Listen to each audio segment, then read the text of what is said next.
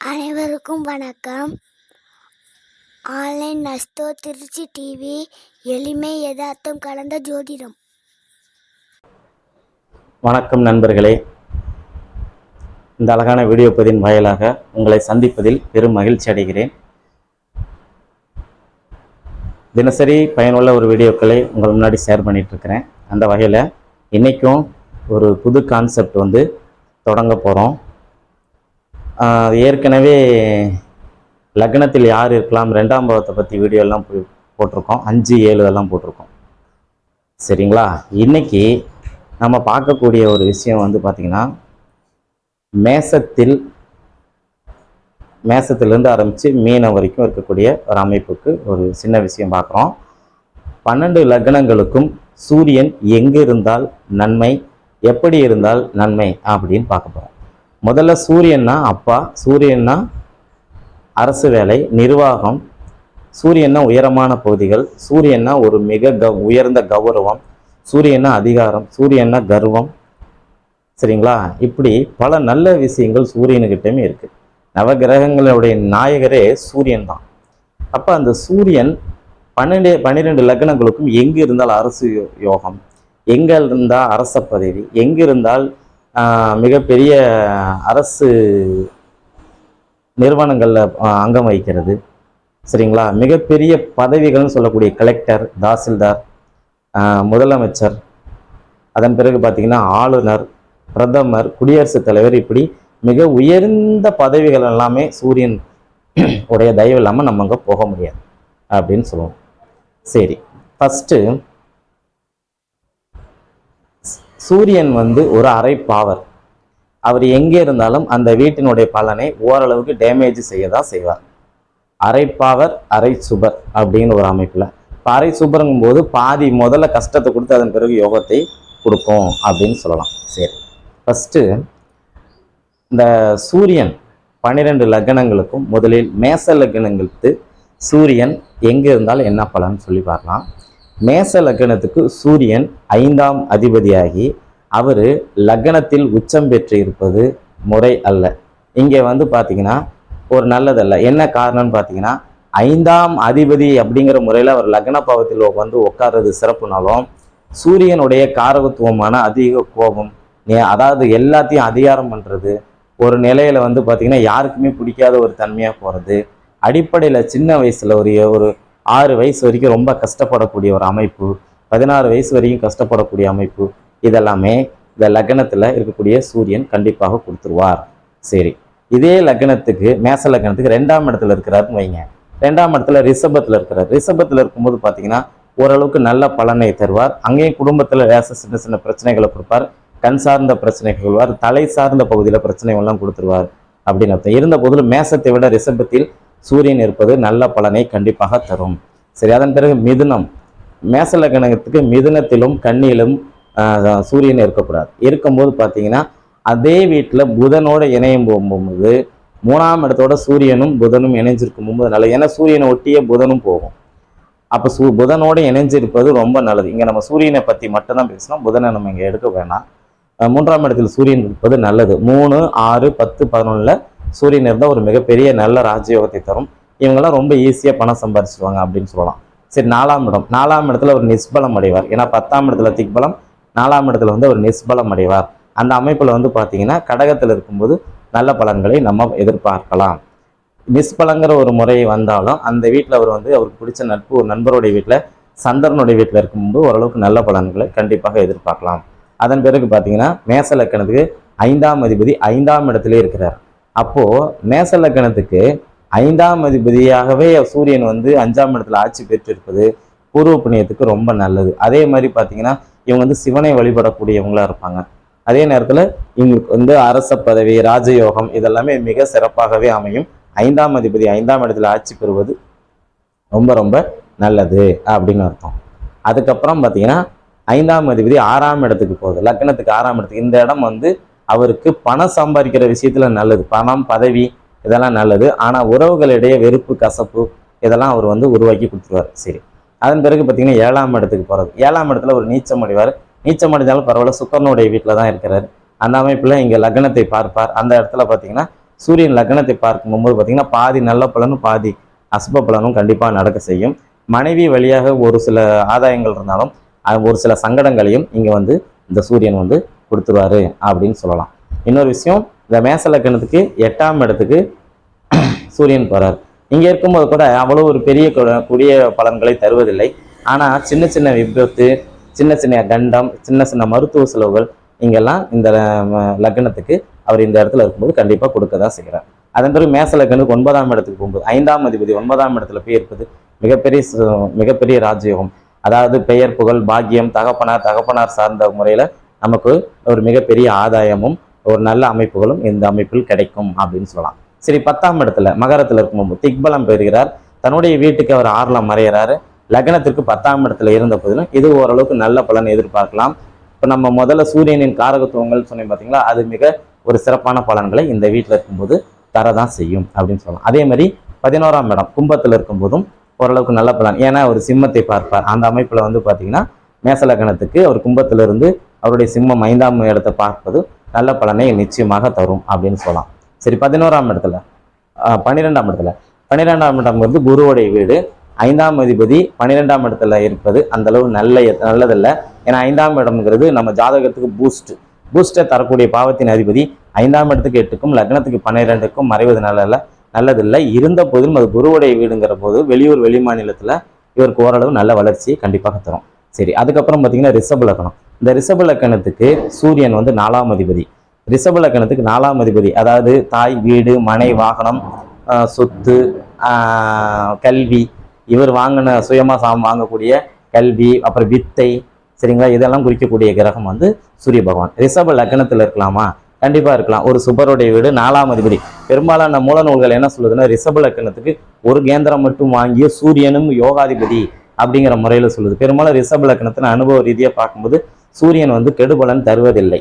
லக்னாதிபதிக்கு ஒரு பகையான கிரகம்னாலும் பெரும்பாலும் லக்னாதிபதி அவரோட ஒட்டி போயிட்டு இருக்கிறதுனால பார்த்தீங்கன்னா மேக்சிமம் இந்த ரிஷப லக்னத்துக்கு ஒரு கெடுபலன் சூரியனால நடைபெறுவதில்லை. லக்னத்தில் இருப்பது பார்த்தீங்கன்னா அவருடைய கோபம், கௌரவம் இதில் எல்லாமே பார்த்தீங்கன்னா ஒரு நியாயம் இருக்கும்.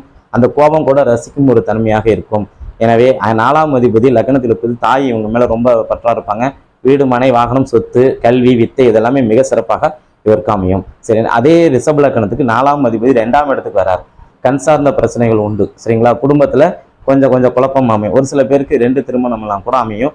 அல்லது முதல் காதல் தோல்வி அடைஞ்சு 2வது காதல் தான் சக்ஸஸ் ஆகும் இந்த அமைப்பில். அதே மாதிரி 2 வகையில் வருமானத்தையும் இந்த 2ஆம் இடத்துல இருக்கக்கூடிய சூரியன் கண்டிப்பாக கொடுத்துருவாரு. அரசு வகை ஆதாயமும் இந்த 2ஆம் இடத்துல சூரியன் இருக்கும்போது கொடுத்துட்றாரு அப்படிங்கிறது நிதர்சனமான உண்மை. சரி, அதன் பிறகு பார்த்தீங்கன்னா 4ஆம் அதிபதி 3ஆம் இடத்துக்கு வரார் கடகத்துக்கு.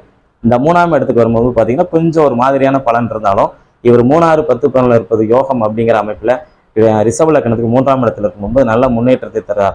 தைரியம், வீரியம், வெற்றி, விஜயம் சார்ந்த விஷயத்தில் ஒரு மிகப்பெரிய ஒரு பொசிஷனுக்கு நம்மளை கொண்டு வந்து வச்சிடறாரு அப்படின்னு சொல்லலாம். அதே மாதிரி போட்டித் தேர்வில் ஜெயிக்கக்கூடிய தன்மையும் இந்த 3ஆம் இடத்துல இருக்கக்கூடிய சூரியன் கொடுத்துட்றாரு. சரி, 4ஆம் இடத்துல ஆட்சி பெற்று இருக்குது நல்லதுதான். தாய் வந்து ரொம்ப சிறப்பாக இருப்பாங்க. கடைசி காலம் வந்து தாய்க்கு ரொம்ப, அதாவது அவங்களுக்கு முடியாத காலம் வந்து ரொம்ப கொஞ்சம் கஷ்டமாக இருக்கும். அதுதான் கொஞ்சம் ஒரு நெருடலான பலன். தவிர இருக்கிற வரைக்கும் உங்கள் தாய் அதிகாரம், சரிங்களா, மற்றவர்களுடைய அந்த நிர்வாகம் இதை சார்ந்த ஒரு விஷயத்தில் ரொம்ப சிறப்பாங்க. நிலபலம், வாகனம், சுகம் இதெல்லாம் நல்லா அனுபவிக்கக்கூடிய ஒரு அமைப்பில் தான் இருப்பாங்க. உடம்பெல்லாம் பார்த்திங்கன்னா நல்ல ஒரு கண்டிஷனோட இருப்பாங்க அப்படின்னு சொல்லலாம். சரி, 4ஆம் அதிபதி 5ஆம் இடத்துக்கு போகுது. 4ஆம் அதிபதி 4ஆம் அதிபதி 5ஆம் இடத்துக்கு போகும்போது இது மிகப்பெரிய யோகம், சரிங்களா. 4ஆம் அதிபதி 9ஆம் 10ஆம் அதிபதி சேர்வது எப்படி தர்ம கர்மாதிபதி யோகமே, அதே மாதிரி 4ஆம் அதிபதி 5ஆம் அதிபதி 4ஆம் இடத்துல சேர்வது மிகப்பெரிய ஒரு ராஜயோகத்தினுடைய தன்மையை வந்து தரும். இவங்க வந்து அரசு சார்ந்த வகையில் மிகப்பெரிய ஒரு பதவியில் இருப்பாங்க. மிகப்பெரிய ஒரு மக்கள் சேவை ஆற்றக்கூடிய ஒரு தன்மையிலையும் இருப்பாங்க. 5ஆம் இடம் தான் மக்கள் செல்வம். மக்கள் செல்வம் தரக்கூடிய இடத்துல இருக்கும்போது நல்லா இருக்கும். இவர்களுடைய குழந்தைகளால் இவங்களுக்கு மிகப்பெரிய ஒரு ஆதாயமும் முன்னேற்றமும் கௌரவமும் கிடைக்கும் அப்படின்னு அர்த்தம். சரி, அதன் பிறகு பார்த்தீங்கன்னா 4ஆம் அதிபதி 6ஆம் இடத்துக்கு ரிஷப லக்னத்துக்கு 6ஆம் இடத்துக்கு துலாமத்துக்கு போறார்.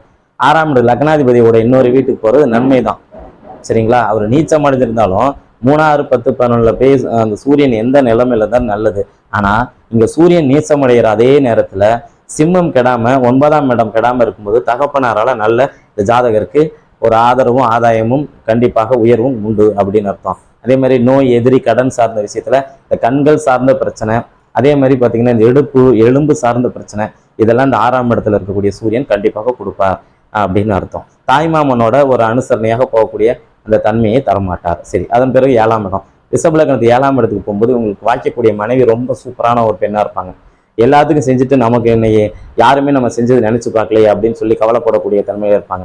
எல்லாத்துக்கும் நல்ல விஷயம் செஞ்சுட்டு நான் அவங்களுக்கு நல்லது செஞ்சேன் இவங்களுக்கு நல்லது செஞ்சேன் அப்படின்னு சொல்லி தினசரி புருஷங்கிட்டையோ அல்லது பொண்டாட்டிகிட்டையோ புலம்புற ஆளுங்களாம் இந்த ரிஷப லக்னமாகி 7ஆம் இடத்துல சூரியன் இருக்கக்கூடியவங்க தான்.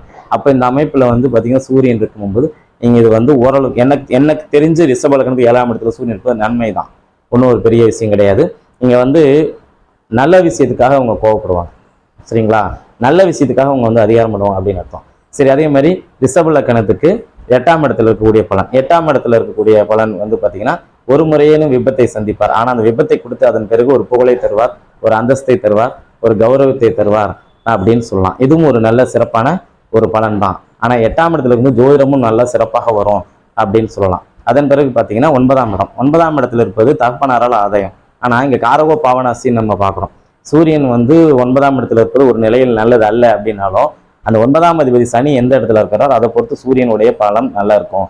இப்போ உதாரணத்துக்கு சனி உச்சமடைஞ்ச வீட்லேயோ அல்லது கும்பத்திலேயோ இருந்துட்டாருன்னா பிரச்சனையே கிடையாது, அந்த பலன் வந்து நல்ல அமைப்பில் இருக்கும். இங்கே வந்து காரகோ பாவனாஸ்தி வேலை செய்யாது அப்படின்னு சொல்லுவோம். சரி, 10ஆம் இடத்துல கும்பத்தில் 10ஆம் இடத்துல இருக்கும்போது அவர் வந்து திக்பலம் பெறுவார். திக்பலம் பெறும்போது மிகப்பெரிய ஒரு ராஜயோகத்தை தருவார். தன்னுடைய சிம்மத்தை பார்க்கறதுனால இந்த அமைப்பும் ஒரு சிறப்பான ஒரு அமைப்பாக தான் இருக்கும் அப்படின்னு சொல்லலாம். சரி, அதன் பிறகு 11ஆம் இடமான மீனத்தில் இருக்கும்போது, மீனத்தில் சூரியன் இருக்கும்போது கூட பார்த்தீங்கன்னா 3, 6, 10 பலனில் இருக்கும்போது ஒரு நல்ல ராஜயோகத்தை தருவார். அந்த வகையில் ரிஷப லக்னத்துக்கு 4ஆம் வீடு 4க்கு அவர் 8ல் மறைஞ்சாலும் மிகப்பெரிய ஒரு யோகத்தை நிச்சயமாக தருவார். 12ஆம் இடம். இந்த 12ஆம் இடத்துல இருக்கக்கூடிய சூரியன் வந்து பார்த்தீங்கன்னா அதிக விரயத்தை தருவார், தேவையில்லாத விரயத்தை தருவார்.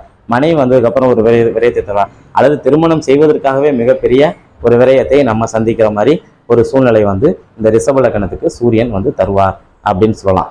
சரி, அதன் பிறகு பார்த்தீங்க அப்படின்னா மிதுன லக்னம்.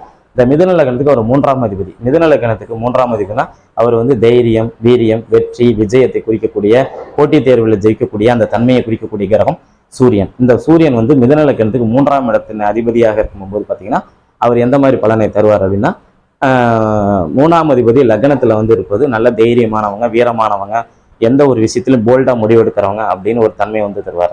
அதன் பிறகு 2ஆம் இடமான கடகத்தில் இருக்கும்போது பார்த்தீங்கன்னா அது ஒரு மிகப்பெரிய ராஜயோகத்தை தருவார். ஏன்னா சூரியன் எப்போவுமே ஒரு மறைவு ஸ்தானத்துக்கு அதிபதியாகி 2ஆம் இடத்துல இருக்கும்போது கண்டிப்பாக நல்ல யோகத்தை கண்டிப்பாக செய்கிறார், சரிங்களா? அதே மாதிரி தனம், குடும்பம், வாக்கு சார்ந்த விஷயத்துல நிச்சயமாக நல்ல ஒரு பலன்களை ராஜயோகமான ஒரு வாழ்க்கை முறையை சூரியன் வந்து தரார்.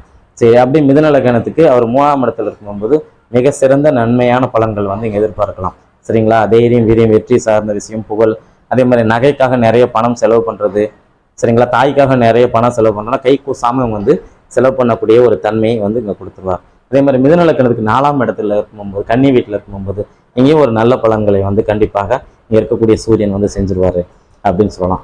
5ஆம் இடத்துல இருக்கும்போது இங்கே 5ஆம் இடம் வந்து அவர் வந்து கொஞ்சம் ஒரு மாதிரியான பலன் தான். ஏன்னா 5ஆம் இடத்துல ஒரு நீச்சம் அடைஞ்சிருந்தாலும் குழந்தைகள் சார்ந்த விஷயத்துல முதல்ல ஒரு சோதனைகளும் பிரச்சனைகளும் கொடுத்து அதன் பிறகு நம்ம குழந்தைகளை வந்து தக்க வைப்பார். குழந்தைகளை நினைச்சு நம்மளை வந்து கவலைப்படக்கூடிய ஒரு தன்மையும் கொடுத்துருவார் அப்படின்னு சொல்லலாம். அதே நேரத்தில் குழந்தைங்களுடைய முன்னேற்றத்தையும் நல்ல பீக்கில் தூக்கி விட்டுருவார் அப்படின்னு சொல்லலாம். மிதுன லக்னத்துக்கு அவர் 6ஆம் இடத்துக்கு இந்த இடத்துல அவர் சூரியன் இருக்கவே கூடாது. இந்த வீட்டில் இருக்கும்போது பார்த்தீங்கன்னா செவ்வாயை போல தன்னை பிரதிபலிப்பார்.